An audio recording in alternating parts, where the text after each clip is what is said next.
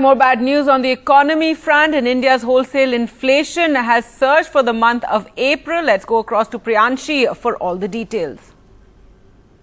Well, Gargi, it's definitely a disappointing number, and after retail inflation, it's now wholesale inflation that has gone up. Wholesale inflation surges above 15%, and with this, we have a double-digit wholesale price index for wholesale price inflation for 13 months straight.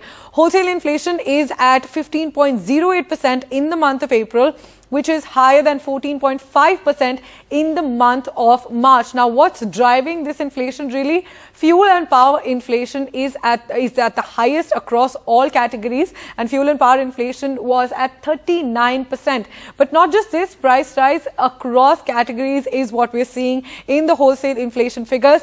For primary articles, which include food articles such as cereals, pulses, vegetables, in food articles, vegetable and potato saw the most inflation beyond 20%. And followed by this, it was wheat, which saw an inflation of 10.7%. Remember, atta prices are at a record high currently, and that is what is really being reflected in these figures as well.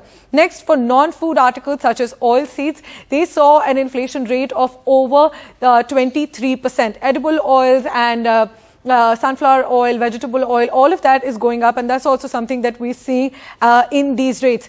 Next, manufactured products. The inflation for those also went up by 10.85%.